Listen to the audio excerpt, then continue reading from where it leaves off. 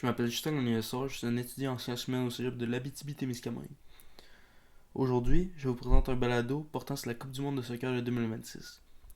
La Coupe du monde n'est pas seulement un événement sportif, c'est aussi un événement politique, économique, social et géographique.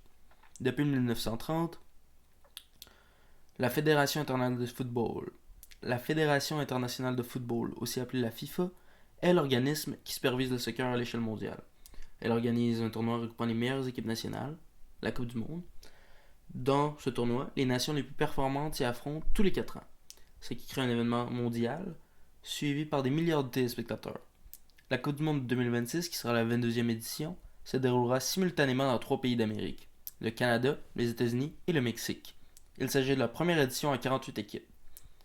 Voici un extrait du documentaire FIFA, Ballon et corruption, produit par Netflix, qui nous présente les scandales qui ont secoué la FIFA en mettant en lumière les pratiques de corruption liées à l'organisation de la Coupe du monde et les arrestations marquantes de 2015. Sepp Blatter was the godfather of football. Being a member of FIFA is like being in the secret garden. There's an unspoken code. You can do whatever you want. They want him to be a force for good. The lines between right and wrong blurred. Wire fraud, money laundering, Racketeering. tax evasion. FIFA became a criminal organization. You're looking at 75 years in jail. You are innocent until declared guilty. FIFA will feel a tsunami coming. Trust me, you haven't seen it yet. This is the World Cup of fraud. All business is all business. Greed and politicking and backstabbing. FIFA is under fire. It's the biggest sports corruption scandal we've ever had. The impacts go to every corner of the planet. No comment. Can I ask you how? Do these people really care about the game? The people I knew quite well that had just been arrested. Where is my security? If one of us is corrupt, we all are. Let's go FIFA! Let's go FIFA! Now you have created a monster. Cet extrait du documentaire FIFA, Ballon et corruption dénonce les enjeux de corruption au sein de la FIFA. L'organisation de la Coupe du monde a été associée à de nombreux scandales, révélant que certaines décisions, comme le choix des villes hôtes ou l'attribution des contrats, peuvent être influencées par des pratiques illégales ou non transparentes. En mai 2015, plusieurs dirigeants de la FIFA ont été arrêtés, soupçonnés d'avoir participé à des activités de corruption, notamment en échange de droits commerciaux et télévisuels. Du point de vue politique, la Coupe du monde de 2026 exige une collaboration étroite entre les dirigeants des 3 pays impliqués, tout en respectant les exigences de la FIFA. Cet événement mobilise de nombreux acteurs. Les gouvernements, la FIFA, les villes organisatrices, les entreprises partenaires, les équipes nationales et des millions de spectateurs. Son organisation peut renforcer le capital politique des dirigeants. Les élus associés à sa réussite peuvent gagner en popularité, car les citoyens perçoivent positivement les investissements et la visibilité internationale générés par l'événement. Cela peut influencer l'opinion publique et contribuer à améliorer la perception du bien-être collectif. Toutefois, ces relations politiques peuvent aussi ouvrir la porte à des pratiques de favoritisme ou de corruption dans l'attribution des décisions. Voici un extrait du reportage produit par l'émission Enquête de Radio-Canada qui présente les exigences de la FIFA lors du choix des villes hôtesses des matchs de la Coupe du monde de soccer de 2026.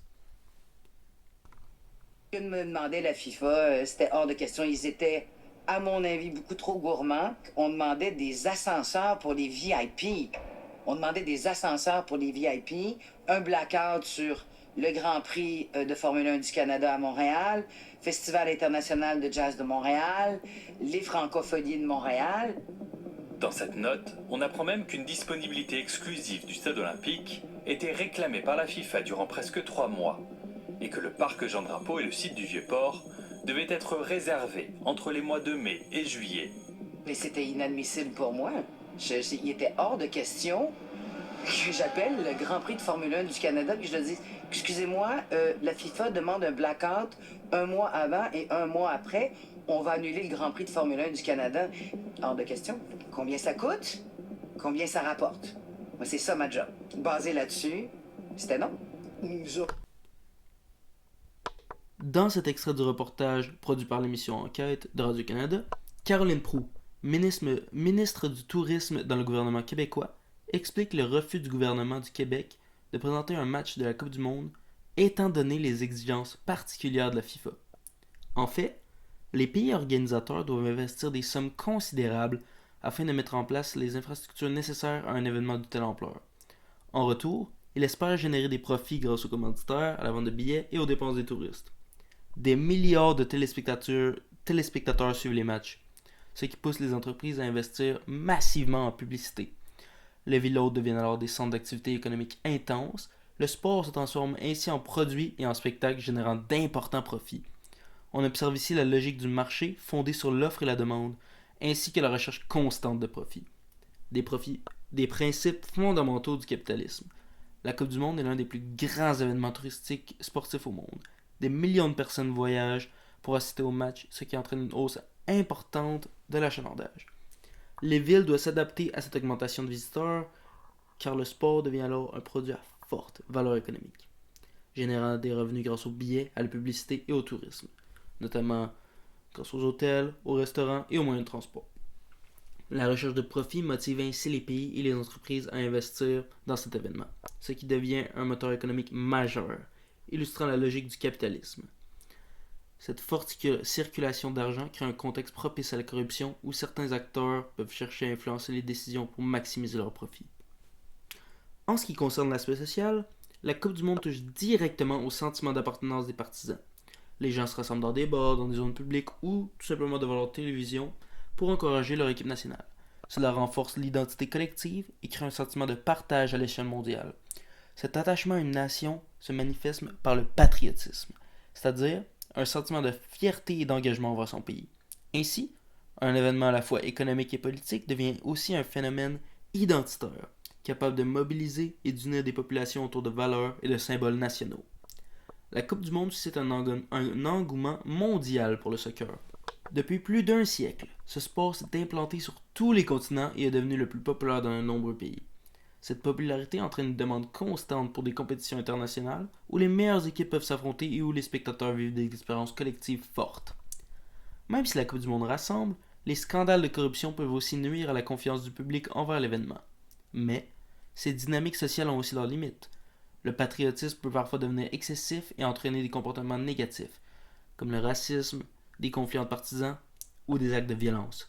Dans certains cas plus rares, des enjeux de sécurité, comme des menaces terroristes, peuvent également arriver. En résumé, la Coupe du Monde de soccer de 2026 constitue un exemple concret du capitalisme. Elle montre comment un événement sportif peut devenir à la fois un moteur économique, un outil politique, un phénomène social et un levier touristique mondial, tout en amplifiant certains enjeux, comme la corruption. La Coupe du Monde repose sur une combinaison de passions sportives, d'intérêts économiques, d'enjeux sociaux et de dynamiques géographiques qui se renforcent mutuellement. Cette interaction permet à l'événement de s'imposer comme un symbole puissant du capitalisme mondial, mais aussi de la coopération internationale, tout en amplifiant dans certains cas des pratiques de corruption liées à la recherche de profit. Toutefois, pour en limiter les impacts négatifs et promouvoir un événement plus éthique et sécuritaire, certaines mesures peuvent être mises en place. D'abord, la FIFA devrait renforcer ses mécanismes de transparence dans le processus de sélection des pays hôtes. Les pratiques de corruption doivent être plus sévèrement sanctionnées afin de décourager toute tentative d'influence illégale. Ensuite, les partisans et les joueurs doivent encourager un esprit sportif sain, fondé sur le respect, afin de réduire les comportements violents ou discriminatoires. En fait, la Coupe du Monde reflète à la fois le potentiel rassembleur du sport et les dérives possibles d'un système dominé par la recherche du profit. Ici Justin Gagné-Lessard, merci de votre écoute et à la prochaine.